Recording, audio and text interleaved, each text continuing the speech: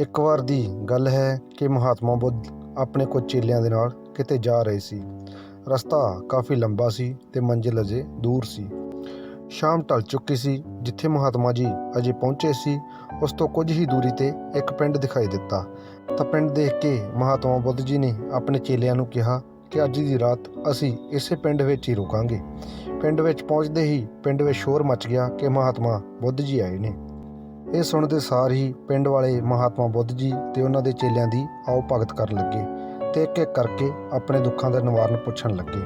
ਤੇ ਮਹਾਤਮਾ ਬੁੱਧ ਜੀ ਵੀ ਇੱਕ ਇੱਕ ਕਰਕੇ ਸਾਰਿਆਂ ਦੇ ਮਨਾਂ ਵਿੱਚ ਉੱਠ ਰਹੇ ਪ੍ਰਸ਼ਨਾਂ ਦੇ ਉੱਤਰ ਦਿੰਦੇ ਜਾ ਰਹੇ ਸਨ। ਉਦੋਂ ਹੀ ਇੱਕ ਵਿਅਕਤੀ ਮਹਾਤਮਾ ਜੀ ਨੂੰ ਕਹਿੰਦਾ ਹੈ ਕਿ ਮਹਾਤਮਾ ਜੀ, ਅਸੀਂ ਸਭ ਪਿੰਡ ਵਾਲੇ ਪਰਮਾਤਮਾ ਦੀ ਸੱਚੇ ਮਨ ਨਾਲ ਪੂਜਾ ਕਰਦੇ ਹਾਂ, ਪਰ ਸਾਡੇ ਪਿੰਡ ਵਿੱਚ ਇੱਕ ਮਹਾਮੂਰਖ ਵਿਅਕਤੀ ਰਹਿੰਦਾ ਹੈ। ਉਹ ਗਰੀਬ ਹੋਣ ਦੇ ਨਾਲ ਨਾਲ ਸੰਕੀ ਵੀ ਹੈ। ਉਹ ਵਿਅਕਤੀ ਸਾਡੇ ਪਰਮ ਪਿਤਾ ਪਰਮੇਸ਼ਵਰ ਨੂੰ ਆਪਣੀ ਗਰੀਬੀ ਦੇ ਲਈ ਹਰ ਸਮੇਂ ਕੋਸਦਾ ਰਹਿੰਦਾ ਹੈ। ਸਾਡੇ ਪਰਮਾਤਮਾ ਦੇ ਪ੍ਰਤੀ ਅਪਸ਼ਬਦ ਬੋਲਦਾ ਰਹਿੰਦਾ ਹੈ। ਸਾਡੇ ਲੱਖ ਸਮਝਾਉਣ ਦੇ ਨਾਲ ਵੀ ਸਮਝਦਾ ਨਹੀਂ, ਉਲਟਾ ਸਾਨੂੰ ਵੀ ਅਪਸ਼ਬਦ ਬੋਲਦਾ ਹੈ। ਸਾਡੇ ਪਰਮਾਤਮਾ ਦਾ ਇੱਕ ਮੂਰਖ ਵਿਅਕਤੀ ਵੱਲੋਂ ਨਿਰਾਦਰ ਕਰਨਾ ਨਾ ਸਹਿਣਯੋਗ ਹੈ। ਮਹਾਤਮਾ ਜੀ, ਹੁਣ ਤੁਸੀਂ ਦੱਸੋ ਅਸੀਂ ਕੀ ਕਰੀਏ? ਮਹਾਤਮਾ ਬੁੱਧ ਜੀ ਮੁਸਕਰਾਏ ਤੇ ਬੋਲੇ ਕਿ ਤੁਸੀਂ ਉਸ ਵਿਅਕਤੀ ਨੂੰ ਮੇਰੇ ਕੋਲ ਲੈ ਆਓ। ਤਾਂ ਇਹ ਸੁਣ ਕੇ ਉਹ ਵਿਅਕਤੀ ਬੋਲਿਆ ਕਿ ਮੈਂ ਇਹ ਅਪਰਾਧ ਨਹੀਂ ਕਰ ਸਕਦਾ ਮਹਾਤਮਾ ਜੀ, ਕਿਉਂਕਿ ਉਹ ਮੂਰਖ ਵਿਅਕਤੀ ਤੁਹਾਨੂੰ ਵੀ ਅਪਸ਼ਬਦ ਬੋਲੇਗਾ, ਤੁਹਾਡਾ ਵੀ ਨਿਰਾਦਰ ਕਰੇਗਾ ਤੇ ਮੈਂ ਇਹ ਪਾਪ ਕਦੇ ਨਹੀਂ ਕਰ ਸਕਦਾ।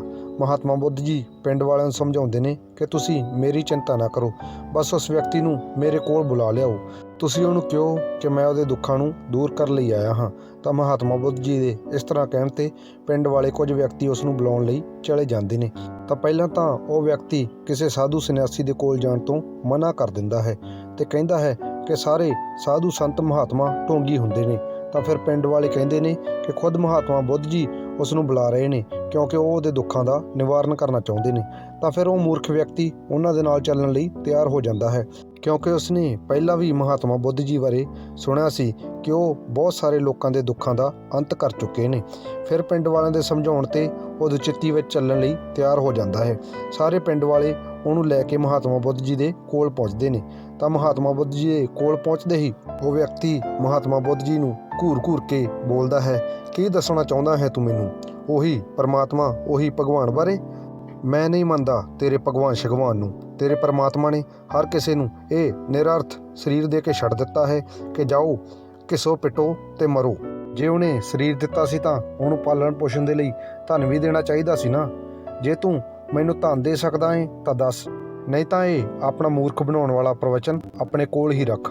ਆਪਣਾ ਬੋਰੀਆ ਬਿਸਤਰਾ ਸਮੇਟ ਤੇ ਸਾਡੇ ਪਿੰਡ ਵਿੱਚੋਂ ਨਿਕਲ ਜਾ। ਵੱਡਾ ਆਇਆ ਦੁੱਖ ਦੂਰ ਕਰਨ ਵਾਲਾ ਸਾਡੇ। ਦੱਸ ਹੁਣ ਧਨ ਦੇ ਸਕਦਾ ਹੈ? ਉਸ ਵਿਅਕਤੀ ਦੀਆਂ ਗੱਲਾਂ ਸੁਣ ਕੇ ਸਾਰੇ ਪਿੰਡ ਵਾਲੇ ਹੱਕੇ ਬੱਕੇ ਰਹਿ ਗਏ ਤੇ ਮਹਾਤਮਾ ਬੁੱਧ ਜੀ ਵੱਲ ਦੇਖਣ ਲੱਗੇ। ਤੇ ਕੀ ਦੇਖਦੇ ਹਨ ਕਿ ਮਹਾਤਮਾ ਬੁੱਧ ਉਸ ਵਿਅਕਤੀ ਦੀਆਂ ਗੱਲਾਂ ਸੁਣ ਕੇ ਗੁੱਸਾ ਹੋਣ ਦੀ ਬਜਾਏ ਮੁਸਕਰਾ ਰਹੇ ਸੀ। ਬੁੱਧ ਜੀ ਸਮਝ ਚੁੱਕੇ ਸੀ ਕਿ ਇਸ ਨਾਸਤਿਕ ਨੂੰ ਸਿਰਫ ਧਨ ਦੀ ਭਾਸ਼ਾ ਵਿੱਚ ਹੀ ਸਮਝਾਇਆ ਜਾ ਸਕਦਾ ਹੈ। ਉਹਨਾਂ ਨੇ ਉਸ ਵਿਅਕਤੀ ਨੂੰ ਕਿਹਾ ਕਿ ਕਿਉਂ ਐਵੇਂ ਇੰਨਾ ਔਖਾ ਸੌਖਾ ਹੋਈ ਜਾਂਦਾ ਏ? ਮੈਂ ਤਾਂ ਸੰਨਿਆਸੀ ਹਾਂ। ਸੰਨਿਆਸੀ ਜੀਵਨ ਜਿਉਣ ਲਈ ਮੈਨੂੰ ਧਨ ਦੀ ਜ਼ਰੂਰਤ ਨਹੀਂ ਪੈਂਦੀ। ਮੈਂ ਤਾਂ ਜਨ ਕਲਿਆਣ ਲਈ ਗਿਆਨ ਵੰਡਦਾ ਹਾਂ। ਮੇਰੇ ਲਈ ਤਾਂ ਗਿਆਨ ਹੀ ਸਭ ਤੋਂ ਵੱਡਾ ਧਨ ਹੈ। ਪਰ ਜਿਸ ਧਨ ਦੀ ਤੈਨੂੰ ਜ਼ਰੂਰਤ ਹੈ ਕਿ ਮੈਂ ਇਹ ਧਨ ਤੈਨੂੰ ਇੱਕ ਰਾਜੇ ਤੋਂ ਦਵਾ ਸਕਦਾ ਹਾਂ, ਪਰ ਉਹਦੇ ਬਦਲੇ ਵਿੱਚ ਤੈਨੂੰ ਵੀ ਰਾਜੇ ਨੂੰ ਕੁਝ ਦੇਣਾ ਪਵੇਗਾ। ਇਹ ਸੁਣ ਕੇ ਉਹ ਇਨਸਾਨ ਕਹਿੰਦਾ ਹੈ ਕਿ ਮੈਂ ਤਾਂ ਨਿਰਧਨ ਹਾਂ, ਮੇਰੇ ਕੋਲ ਐਸਾ ਕੀ ਹੈ ਜੋ ਮੈਂ ਰਾਜੇ ਨੂੰ ਦੇ ਸਕਾਂ। ਮਹਾਤਮਾ ਜੀ ਬੋਲਦੇ ਹਨ, ਦਰਅਸਲ ਗੱਲ ਇਹ ਹੈ ਕਿ ਉਸ ਰਾਜੇ ਦਾ ਇੱਕ ਬਹੁਤ ਹੀ ਖਾਸ ਆਦਮੀ ਹੈ, ਪਰ ਸਮੱਸਿਆ ਇਹ ਹੈ ਕਿ ਉਸ ਆਦਮੀ ਦੀਆਂ ਅੱਖਾਂ ਖਰਾਬ ਹੋ ਚੁੱਕੀਆਂ ਹਨ, ਜਿਸ ਕਾਰਨ ਉਹ ਦੇਖ ਨਹੀਂ ਸਕਦਾ। ਉੱਥੋਂ ਦੇ ਰਾਜਵੈਦ ਨੇ ਕਿਹਾ ਹੈ ਕਿ ਜੇ ਕਿਸੇ ਜਿਉਂਦੇ ਇਨਸਾਨ ਦੀ ਇੱਕ ਅੱਖ ਮਿਲ ਜਾਵੇ ਤਾਂ ਉਹ ਰਾਜੇ ਦੇ ਆਦਮੀ ਦੀਆਂ ਖਰਾਬ ਹੋਈਆਂ ਅੱਖਾਂ ਨੂੰ ਠੀਕ ਕਰ ਸਕਦਾ ਹੈ। ਹੁਣ ਰਾਜੇ ਨੂੰ ਉਸ ਇਨਸਾਨ ਦੀ ਤਲਾਸ਼ ਹੈ ਜੋ ਆਪਣੇ ਜਿਉਂਦੇ ਜੀ ਆਪਣੀ ਇੱਕ ਅੱਖ ਰਾਜੇ ਨੂੰ ਦੇ ਸਕੇ, ਜਿਹਦੇ ਬਦਲੇ ਰਾਜਾ ਉਹਨੂੰ ਸੋਨੇ ਦੀਆਂ 1000 ਮੋਹਰਾਂ ਦੇਵੇਗਾ। ਜੇ ਤੂੰ ਆਪਣੀ ਇੱਕ ਅੱਖ ਰਾਜੇ ਨੂੰ ਦੇ ਦੇਵੇਂਗਾ ਤਾਂ ਮੈਂ ਤੈਨੂੰ ਰਾਜੇ ਤੋਂ ਉਹਦੇ ਬਦਲੇ 1000 ਸੋਨੇ ਦੀਆਂ ਮੋਹਰਾਂ ਦਵਾ ਦਿਆਂਗਾ, ਜਿਸ ਨਾਲ ਤੂੰ ਤੁਰੰਤ ਅਮੀਰ ਹੋ ਜਾਵੇਂਗਾ। ਹੁਣ ਦੱਸ, ਤੂੰ ਆਪਣੀ ਅੱਖ ਦੇਣ ਲਈ ਤਿਆਰ ਹੈ? ਇਹ ਸੁਣਦੇ ਹੀ ਉਸ ਵਿਅਕਤੀ ਦੀ ਸਾਰੀ ਹੇਕੜੀ ਨਿਕਲ ਗਈ ਤੇ ਉਹ ਮਹਾਤਮਾ ਜੀ ਨੂੰ ਬੋਲਿਆ ਕਿ ਤੁਸੀਂ ਇਹ ਕੈਸੀਆਂ ਗੱਲਾਂ ਕਰ ਰਹੇ ਹੋ? ਭਲਾ ਕੋਈ ਇਨਸਾਨ ਜਿਉਂਦੇ ਜੀ ਆਪਣੀਆਂ ਅੱਖਾਂ ਕਿਸੇ ਨੂੰ ਕਿਵੇਂ ਦੇ ਸਕਦਾ ਹੈ? ਤਾਂ ਮਹਾਤਮਾ ਬੁੱਧ ਜੀ ਬੋਲੇ ਕਿ ਕੁਝ ਹੀ ਦੇਰ ਪਹਿਲਾਂ ਤੂੰ ਆਪਣੇ ਸਰੀਰ ਨੂੰ ਨਿਰਅਰਥ ਦੱਸ ਰਿਹਾ ਸੀ, ਜਿਹੜੇ ਸਰੀਰ ਦਾ ਤੇਰੀਆਂ ਨਜ਼ਰਾਂ ਵਿੱਚ ਕੋਈ ਅਰਥ ਹੀ ਨਹੀਂ, ਕੋਈ ਮੁੱਲ ਹੀ ਨਹੀਂ। ਤਾਂ ਫਿਰ ਤੂੰ ਉਸ ਨਿਰਅਰਥ ਸਰੀਰ ਦੇ ਇੱਕ ਛੋਟੇ ਜਿਹੇ ਅੰਗ ਦੇ ਬਦਲੇ ਸੋਨੇ ਦੀਆਂ 1000 ਮੋਹਰਾਂ ਦਾ ਸੌਦਾ ਕਿਉਂ ਨਹੀਂ ਕਰ ਸਕਦਾ? ਵੈਸੇ ਵੀ ਤੇਰੇ ਕੋਲ ਇੱਕ ਅੱਖ ਤਾਂ ਰਹੇਗੀ ਜਿਸ ਨਾਲ ਤੂੰ ਆਪਣੀ ਜ਼ਿੰਦਗੀ ਜਿਉ ਸਕਦਾ ਹੈ ਤੇ ਦੂਜੀ ਨਾਲ ਧਨਵਾਨ ਬਣ ਸਕਦਾ ਹੈ। ਇਹ ਸੁਣ ਕੇ ਉਹ ਵਿਅਕਤੀ ਬੋਲਿਆ, ਮੈਂ ਇਸ ਤਰ੍ਹਾਂ ਨਹੀਂ ਕਰ ਸਕਦਾ, ਮੈਂ ਤਾਂ ਇਸ ਤਰ੍ਹਾਂ ਕਦੇ ਵੀ ਨਹੀਂ ਕਰ ਸਕਦਾ।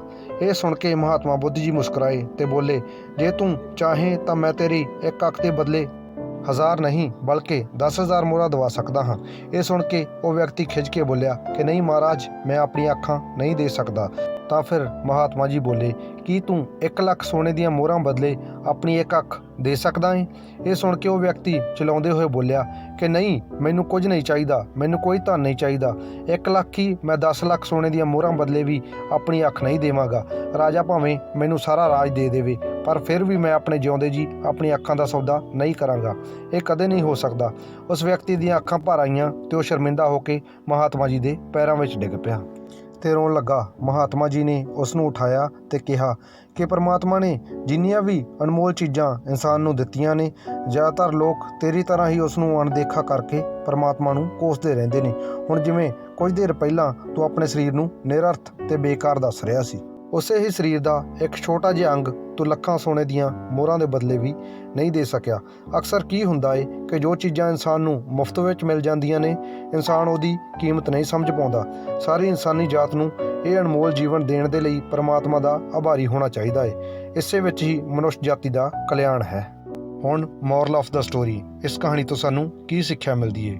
ਤਾਂ ਦੋਸਤੋ, ਧੁੱਪ, ਜਲ, ਅਗਨੀ ਤੇ ਵਾਯੂ, ਇਹਨਾਂ ਦੇ ਬਿਨਾਂ ਮਨੁੱਖ ਤਾਂ ਕੀ ਕਿਸੇ ਜੀਵ ਜੰਤੂ ਦੇ ਜੀਵਨ ਦੀ ਕਲਪਨਾ ਵੀ ਨਹੀਂ ਕੀਤੀ ਜਾ ਸਕਦੀ।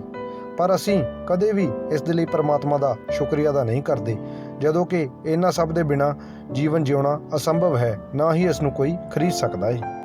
ਇਹ ਉਸ ਪਰਮਾਤਮਾ ਦੀ ਸਾਡੇ ਉੱਤੇ ਕਿਰਪਾ ਹੀ ਹੈ ਜੋ ਉਸਨੇ ਇਹ ਸਭ ਅਨਮੋਲ ਚੀਜ਼ਾਂ ਸਾਨੂੰ ਮੁਫਤ ਵਿੱਚ ਦੇ ਰੱਖੀਆਂ ਹਨ। ਸਾਨੂੰ ਇਸ ਦੇ ਲਈ ਈਸ਼ਵਰ ਦਾ ਧੰਨਵਾਦ ਕਰਨਾ ਚਾਹੀਦਾ ਹੈ। ਜੇਕਰ ਤੁਸੀਂ ਸੋਚਣਾ ਹੀ ਹੈ ਤਾਂ ਹਮੇਸ਼ਾ ਉਹਨਾਂ ਚੀਜ਼ਾਂ ਬਾਰੇ ਸੋਚੋ ਜੋ ਤੁਹਾਨੂੰ ਪ੍ਰਾਪਤ ਹੋ ਚੁੱਕੀਆਂ ਨੇ। ਅਕਸਰ ਲੋਕ ਉਹਨਾਂ ਚੀਜ਼ਾਂ ਬਾਰੇ ਸੋਚ ਕੇ ਦੁਖੀ ਹੁੰਦੇ ਰਹਿੰਦੇ ਨੇ ਜੋ ਉਹਨਾਂ ਦੇ ਕੋਲ ਨਹੀਂ ਹੁੰਦੀਆਂ।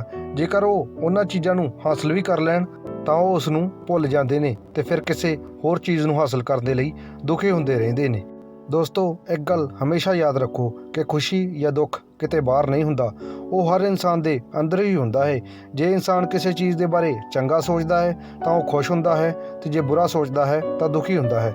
ਤੁਸੀਂ ਖੁਸ਼ ਰਹਿਣਾ ਹੈ ਜਾਂ ਦੁਖੀ, ਇਹ ਤੁਹਾਡੇ ਤੇ ਨਿਰਭਰ ਕਰਦਾ ਹੈ, ਨਾ ਕਿ ਕਿਸੇ ਬਾਹਰੀ ਵਸਤੂ ਤੇ। ਸੋ ਦੋਸਤੋ, ਹੱਸਦੇ ਰਹੋ, ਮੁਸਕਰਾਉਂਦੇ ਰਹੋ, ਹਰ ਦਿਨ ਕੁਝ ਚੰਗਾ ਸਿੱਖਦੇ ਰਹੋ, ਨਾਲੇ ਸਿਖਾਉਂਦੇ ਰਹੋ। ਦੋਸਤੋ, ਤੁਹਾਨੂੰ ਵੀਡੀਓ ਕਿਵੇਂ ਦੀ ਲੱਗੀ ਕਮੈਂਟ ਕਰਕੇ ਜ਼ਰੂਰ ਦੱਸੋ। ਜੇ ਵਧੀਆ ਲੱਗੀ ਤਾਂ ਅੱਗੇ ਸ਼ੇਅਰ ਜ਼ਰੂਰ ਕਰੋ, ਤੇ ਜੇ ਚੈਨਲ ਤੇ ਨਵੇਂ ਹੋ ਤਾਂ ਚੈਨਲ ਨੂੰ ਸਬਸਕ੍ਰਾਈਬ ਵੀ ਜ਼ਰੂਰ ਕਰੋ। ਜਲਦੀ ਮਿਲਦੇ ਹਾਂ ਇੱਕ ਨਵੀਂ ਮੋਟੀਵੇਸ਼ਨਲ ਵੀਡੀਓ ਨਾਲ। ਆਪਣਾ ਖਿਆਲ ਰੱਖਿਓ। ਧੰਨਵਾਦ।